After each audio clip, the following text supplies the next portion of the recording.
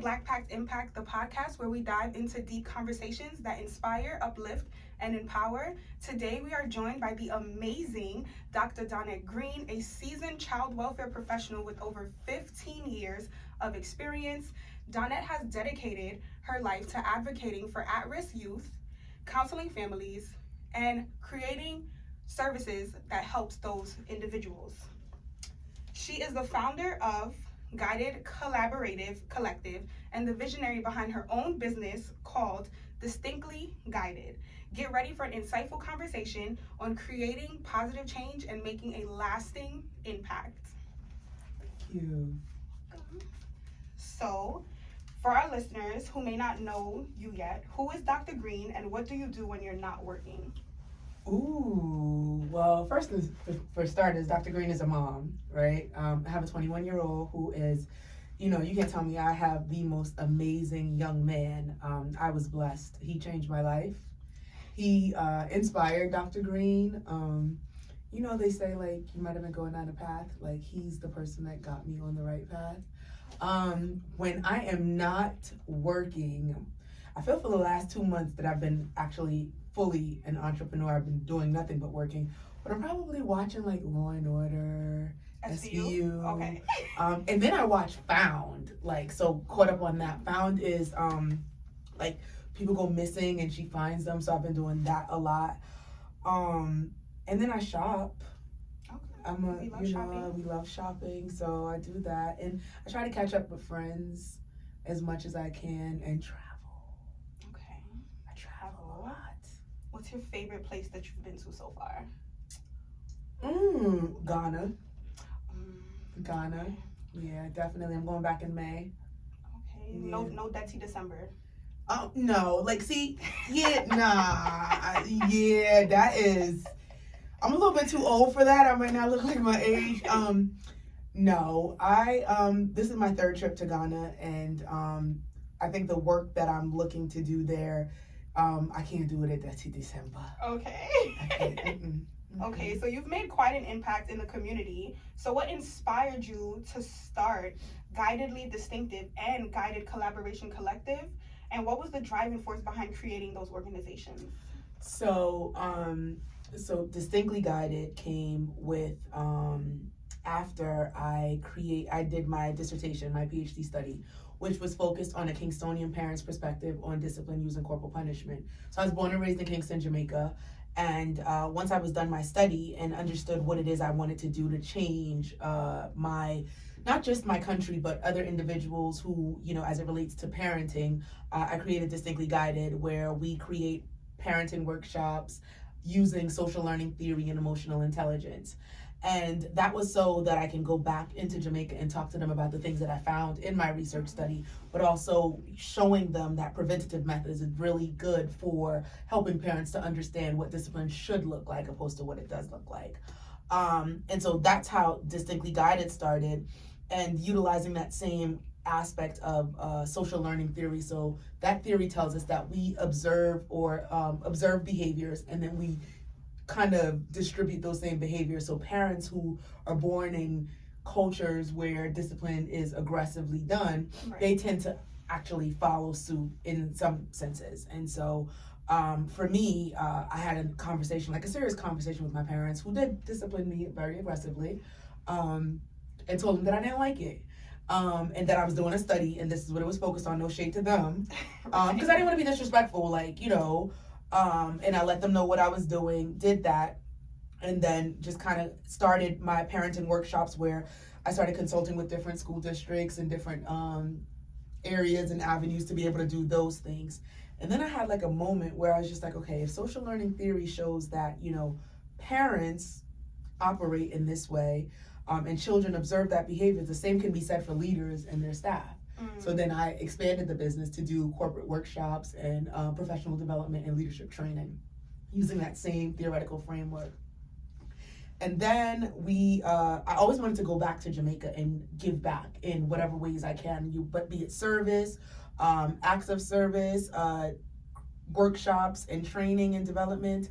And so my co-founder, Krishna Garlic, and I got together And we created guided collaboration because that took one piece of each of our businesses. So Distinctly Guided is mine and hers is collaboration of competition, and we came together and did guided collaboration.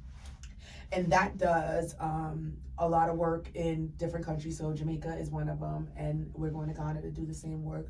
We deal with orphanages, we deal with different communities, and that's emotional intelligence, emotional well-being, mental well-being, and also incorporating literacy and understanding the challenges that parents face when they're not, focused on literacy or engaged in emotional well-being, and just assisting them in different spaces there. So working with the government in Jamaica, we'll be doing the same in Ghana to make sure that we're able to give back and, just give what we've learned and achieved over the years to those individuals in those spaces. So the children have a ball when we're there. We also have a partnership with Rutgers University, so we bring the students with us. So it's also a culturally immersive trip to when we go there, and we are working with government agencies to deliver the workshops, but also to engage with the individuals on the ground with emotional intelligence, literacy, and well-being. Okay, and you mentioned that you guys right now you work with Rutgers University. Is at any point in the future, do you see yourself working with other universities? Absolutely. We want everyone to be able to have this culturally immersive experience. So we're always talking to different individuals about how we can, incorporate them in our plans. The more people we can impact, and that's the way that, we decided we want to be able to impact individuals, is by having those conversations and bringing them on the experiences that we're having, so that they can then learn, and then they can bring more people into the different spaces. So you've mentioned before that you do a lot of footwork in communities. So could you tell us more about what that looks like and why it's so important to you? I think it's important for people to see individuals who are from the community do the work in the community. Unfortunately, a lot of times we see foundations and all of these big companies coming in to do work, and I don't think that while it's received in a way because it's needed, I think that when it comes from individuals who are of the community, we're more culturally competent. We understand what it is. So even like us going to Jamaica, right? I was born there. So me coming to individuals, and my business partners are not from Jamaica, but they love my family, they love the children. A lot of these children we've now seen for 4 years because we've been doing this trip for 4 years. And so the warm welcome of doing that, right? So even in New Jersey, I do an event called Pancakes and Pajamas, and I've done that for many years, and that's bringing parents together to just say, hey, listen, at the end of the day, we want to be able to have pajamas on, read to children, and talking to them about what that looks like, and then engaging the parents and understanding that you should read to your children. And there's a lot of different things that you should read to your children, whether it's a book in your language, whether it's something, you grew up with. I have a girlfriend, Nicole Fields, and she has an etiquette book, which I actually just bought for my nephew, because it shows you all the things that you should learn, and it allows parents to engage with their children and, talk about, just life etiquette. And so that's a lot of the work that I've done. I do a lot of volunteer work, a part of a group called Roselle Women on the Move. So we mentor young ladies. In Jamaica, we have a group of young mentees, about 12 of them, who we've been mentoring for the last 4 years. So we do work there. And I think the thing about it is we're all from different fields. So I'm a social worker, 22 years a social worker, right? My business partner is in health and human services. So, and then we have other individuals who are from the medical field. So all of us coming together, my mom is a retired nurse and she comes on the trips with us. So all of those individuals that come together collaboratively, we can impact, if just one person, definitely a community. And that's what we're looking to do. Social change happens over time, and it just starts with one person that we have an impact on. You're basically watching some of these kids grow up throughout the years because you've gone already 4 times. So when you go back, do you notice like the positive changes in the kids, and like you see how your impact with what you're doing benefits them? And do you also see those kids who kind of might go the other way? Yeah. I think we probably see more of the positive change. Like, we have a group of young ladies who maybe were like 12, 13 when we first met them, and may have been straggling, but now we have constant communication with them. We talk about the struggles, we talk about the things that have happened with them, we talk about the trauma. And so for them, now that they're going into adulthood, they will make sure they connect with us like, hey, we want to be able to give back. You know, you guys did this for us when we were younger, and you know, we appreciate it, so we want to be able to do the same thing. And that right there is rewarding in itself. My friends laugh at me all the time. I cry on that trip, and so it's funny because they'll be like, oh, like, damn, we didn't realize you cry. Like I got a heart, like, you know, but it's just emotional for me because, like, I was born and raised in that country, and while I wasn't born in the communities that we serve, you know, I still know about those communities, and so it's really rewarding work. Nothing that I do is $1 million ready, right? Not yet, right?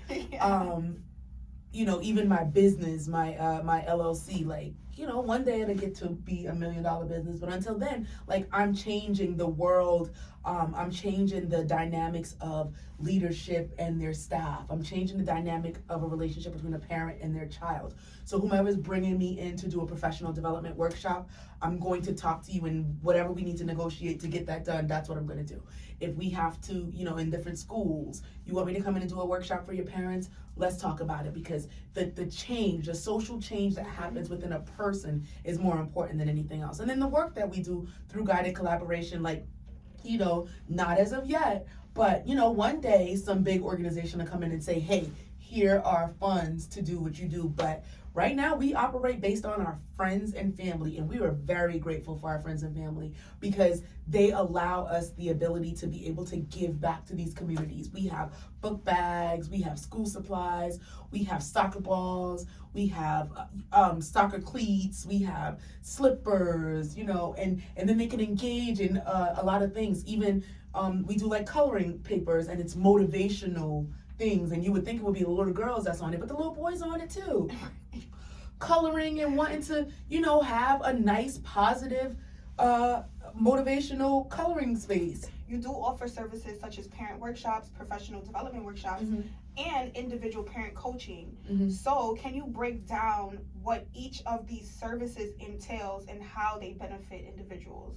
So the one-on-one parenting was how I first started off. I haven't really done much one-on-one parenting just because I reach a larger platform when I'm able to do like a district bring me in to do a whole workshop. So the one-on-one parenting, though, it did break down the ideals of, like, I'll take an assessment of what the parent was going through, whatever their struggles were. Sometimes when I've done it, it has been co-parenting because one parent had one parenting style and it wasn't working, so they bumped heads. So I've done that, and we just kind of, go through, you know, the kind of things. How were you raised? What did you go through?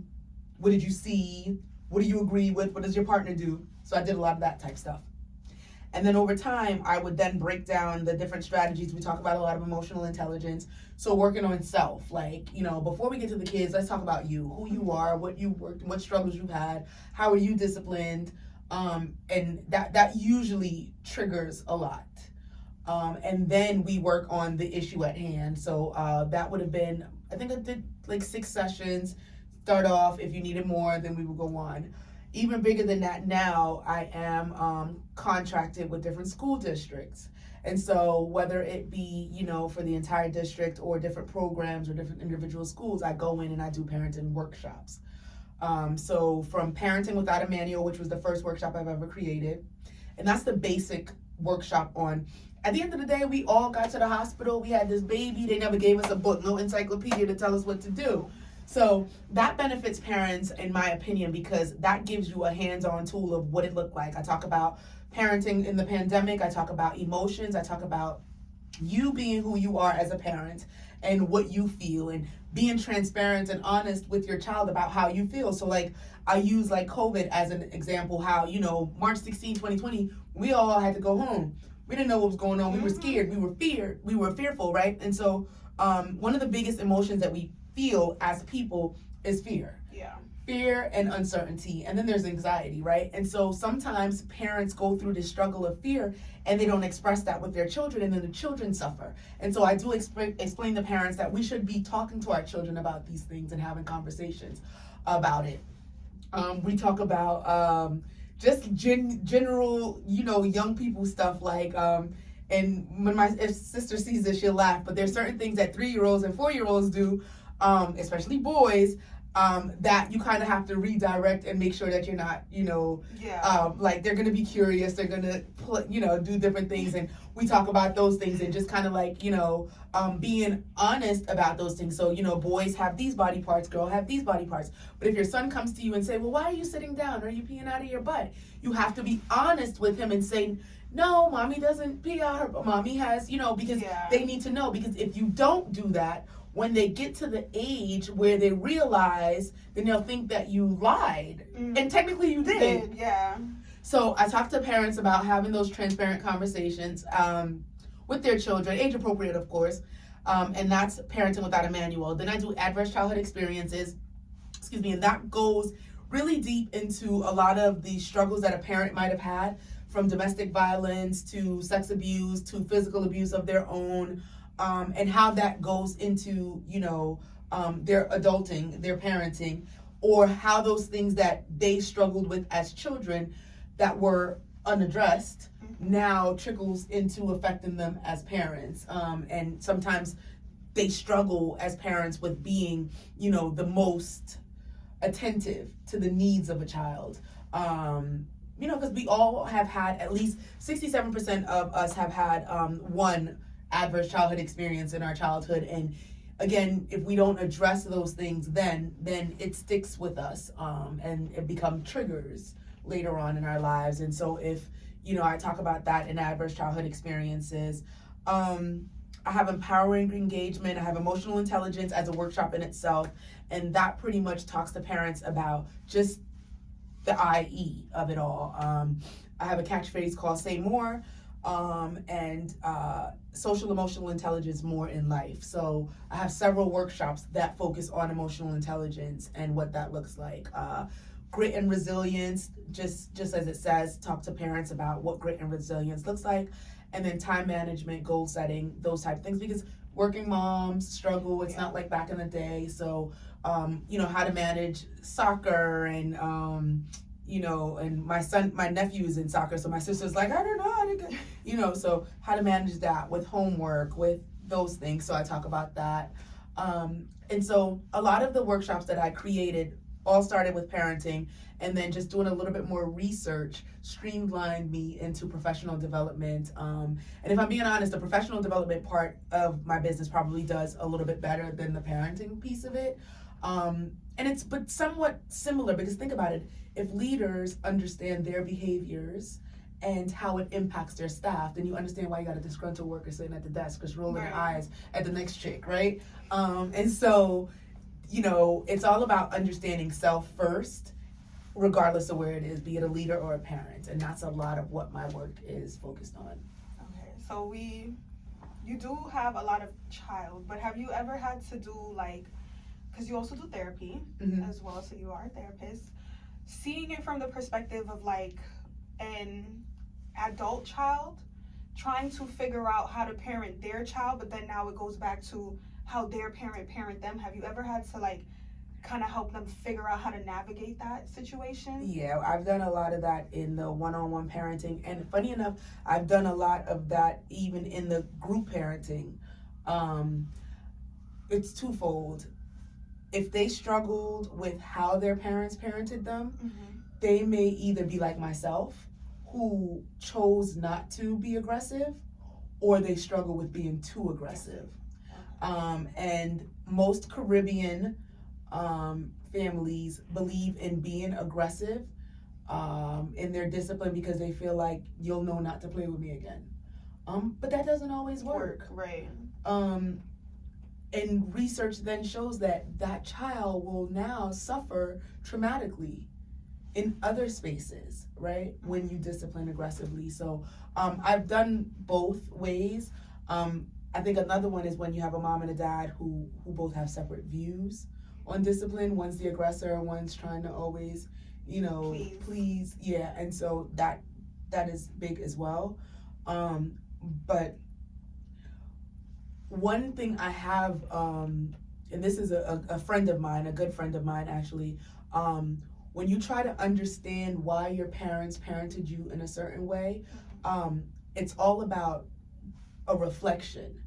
And that's big, right? We can't change how your parents parented, right, but we can also reflect on the challenges they may have had within themselves as parents, as at the time that they were parenting, right? And so that's important. And no blame game at all. Just being open enough to understand the challenges that your parent may have had that you didn't even know about. Right. Or that you may have known about, but you didn't realize how it affected them. And then you became, the brunt of all of it. And so forgiveness is really big and key. And when you're going to be a parent, a lot of it is reflection on what you liked and what you didn't like, and what you want how you want your children to see you. I always knew my son was going to be much bigger than me. He's 6'8". So, his dad is 6'8", and something told me he was going to be big. So I knew that there was, as a teenager, and I think he passed me probably at like 12. Like, it's not, I'm going to be swinging on this kid. He's bigger than me, right? So I had to, I don't want to say put the fear of God in him, but I had to get him to respect me to a certain space that even at 21, if I look at my son in a certain way right now, he's going to be 5'5" like I am, right? And so that came from the level of respect that he has for me through all the conversation and engagement that we did, more so than any aggression. So with your experience working with children and families, what are some key things that you believe families can do to support their younger children, especially in those formative years? I think just listening to them, conversations, engagement, being a part of community activities, going to community events, having a social network, having individuals that you trust, right? Teaching your children right from wrong, having your children understand their body parts, and those type things at a very early age. Having your children trust you as a parent, and know that they can come to you with anything. Believing your children when they come to you with anything. Never making them feel like, okay, I trusted my mom, I came to my mom, and then she doesn't believe me, or my dad, right? Those are really big thing, and allowing them to see that you are devoted to them, in a way that, whether it's activities, whether it's family time, whether it's putting the phone down, because everybody's on the phone nowadays, right? Putting the phone down, having family time. My parents, granted, we didn't have phones back in the day like the way they do now, but my parents were big on movie time, on couch time, and sit down dinner time, and so that was part of the values that we had, and to this day, I really value those things, right? I think that parents should be able to have those ongoing conversation with their children, and you have to pick up on cues. You have to know your child, right? At this big age, if my son is in his room a little bit too long, I'm like, you all right? You just going to work and coming home, something's not right. What's up? And he'll be like, I'm okay, mom. I'm okay, mom. I'm okay, mom. And then day 3, he'll be like, mom, right? And so you have to know your children, right? And that's good, because unfortunately, in some cases, parents, miss the cues, those silent cues that children give even at that young age, and then, things go all the way left. They do. That's true. So you've worked in a social field for a while, which a lot of people say can be emotionally overwhelming at times. So how do you manage the emotional side of your work and separate it from your own personal life? Well, I no longer have to manage that. I am completely done after 22 years. But it was hard. I ain't even gonna lie. That was a part of my decision.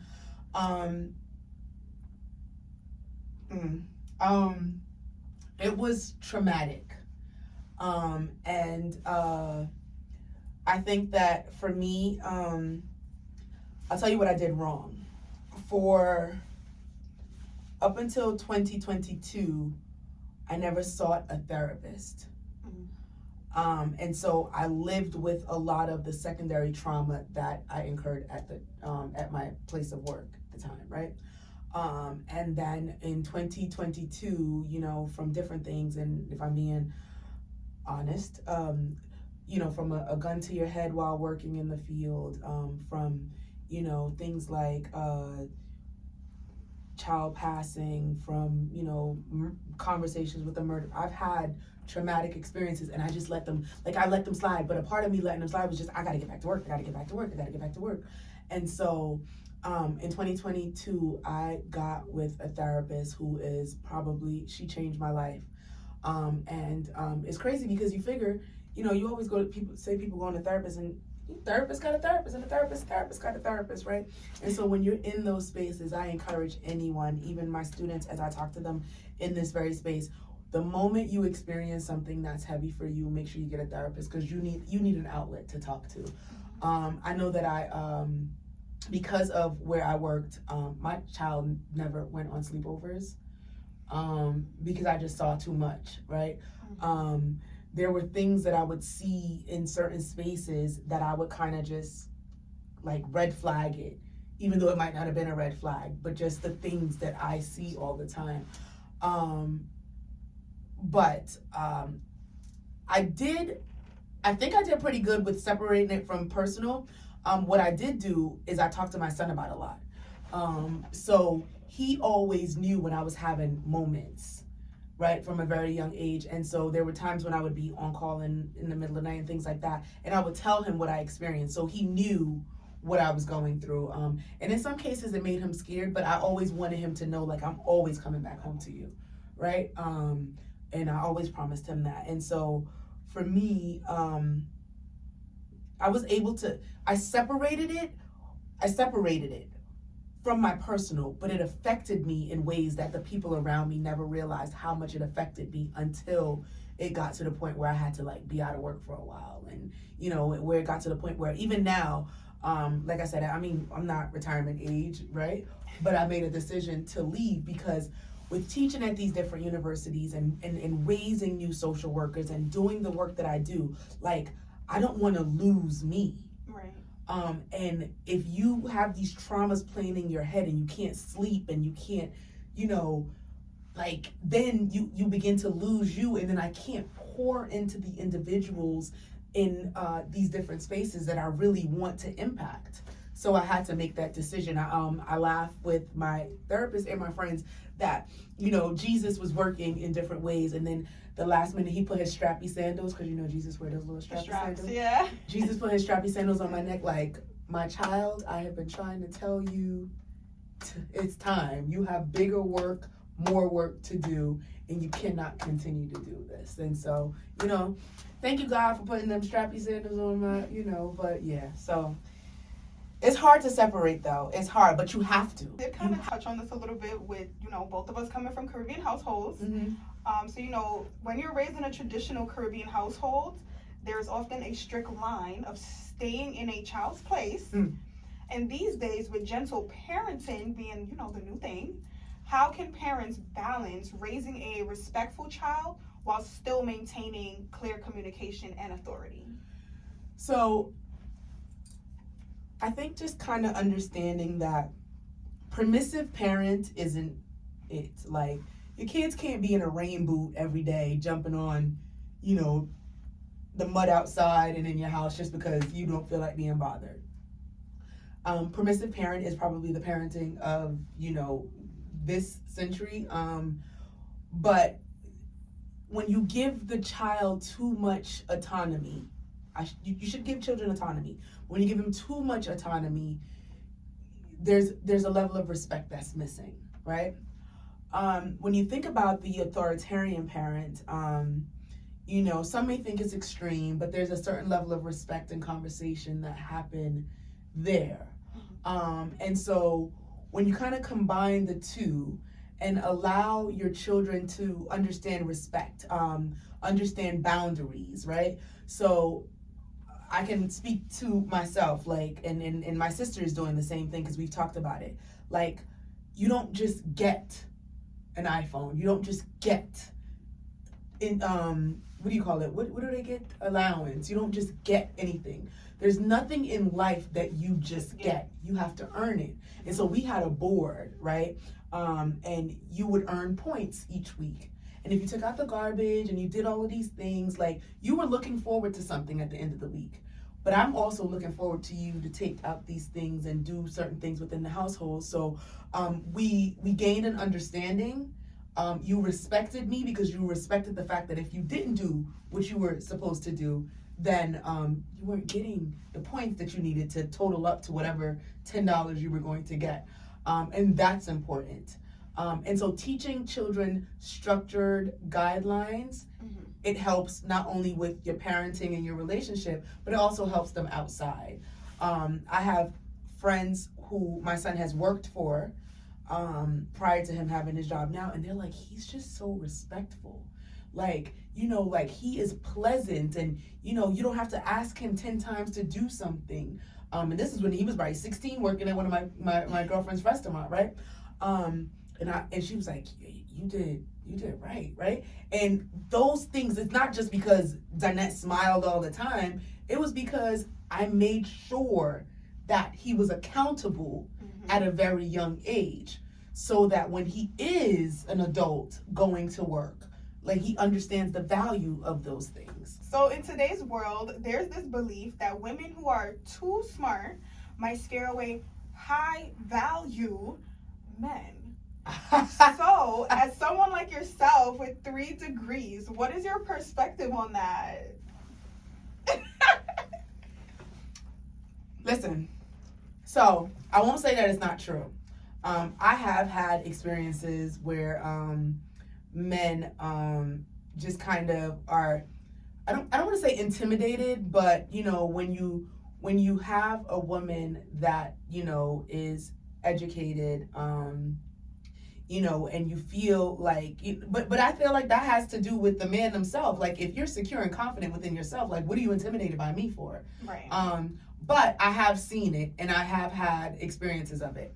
What I will say is that, so be it. Like, the right man for the woman who is, you know, educated, who, there's so much to learn from someone who does not necessarily have all those degrees from you, right? And so if you come together with a partner who may not have all the degrees, but you can have an intellectual conversation, and, you know, who articulates things to you in ways that blows your mind, and who pretty much, you know, shows you the ropes or shows you things that you know, who have these degrees are still learning from, then what's the problem?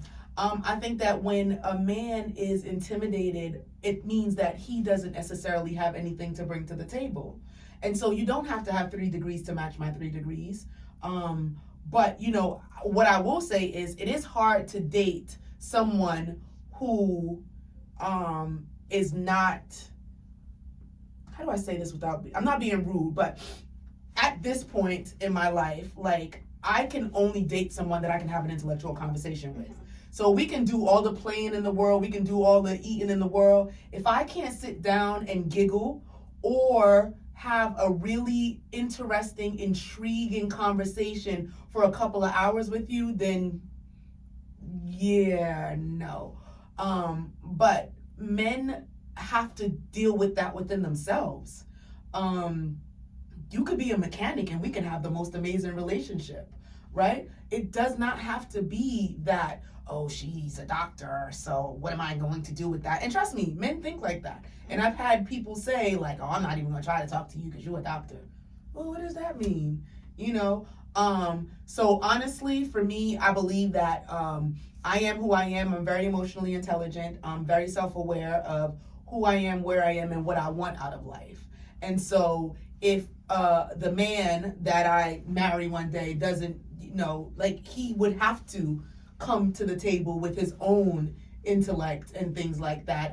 And I would never frown upon a man who doesn't have those degrees, as long as, again, when we come together, we realize and respect the value of what we have and who we are, and we can build each other up in different ways, because everybody's not gonna have 3 degrees. In your experience, does there seem to be a gap between how many children are removed from homes versus how many parents are struggling? And do you see a direct relationship between the two, and what needs to be done to better support struggling parents? Well, we are in a system. So, we know that the poverty line, there's a lot of people living below the poverty line. And so, when it comes to like a lot of neglect and things like that, the communities that live below the poverty line usually struggle a little bit more. I think that if we have like services for prevention of different things in those areas, in the school systems, in those community-based organizations, making sure that parents understand the resources that are at their fingertips, if they understand some of the challenges that they're already facing before they actually encounter them, if they understand who they can reach out to, who they can call on, who they can trust, who are their support systems prior to getting involved in those systems, that will definitely help. So it's all about the services, knowing who and how to access the services. That will definitely help them. If you make sure that the schools are able to talk to parents or kind of segue them into certain spaces, that will definitely help as well. The kids and the electronics, they are always on the iPads. So how much screen time do you think is actually enough for kids, and what impact is all this tech having on them today that you can see?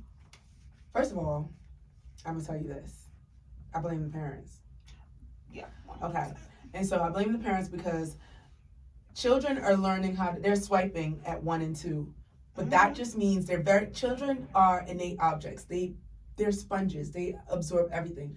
So if your child at 1 is knowing how to do this, they're watching you, because that's what they do, right?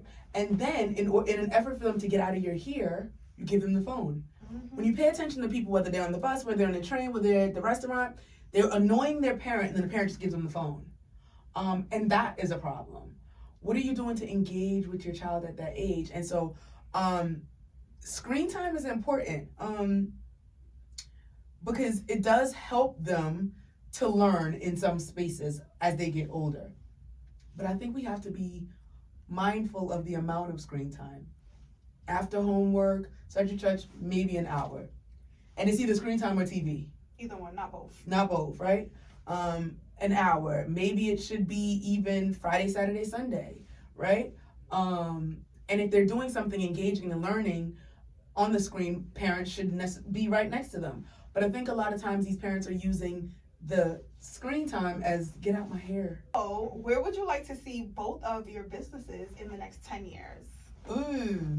So Distinctly Guided would be like one of the major emotional intelligent platforms for a lot of large government agencies, corporate spaces, internationally doing global impact work.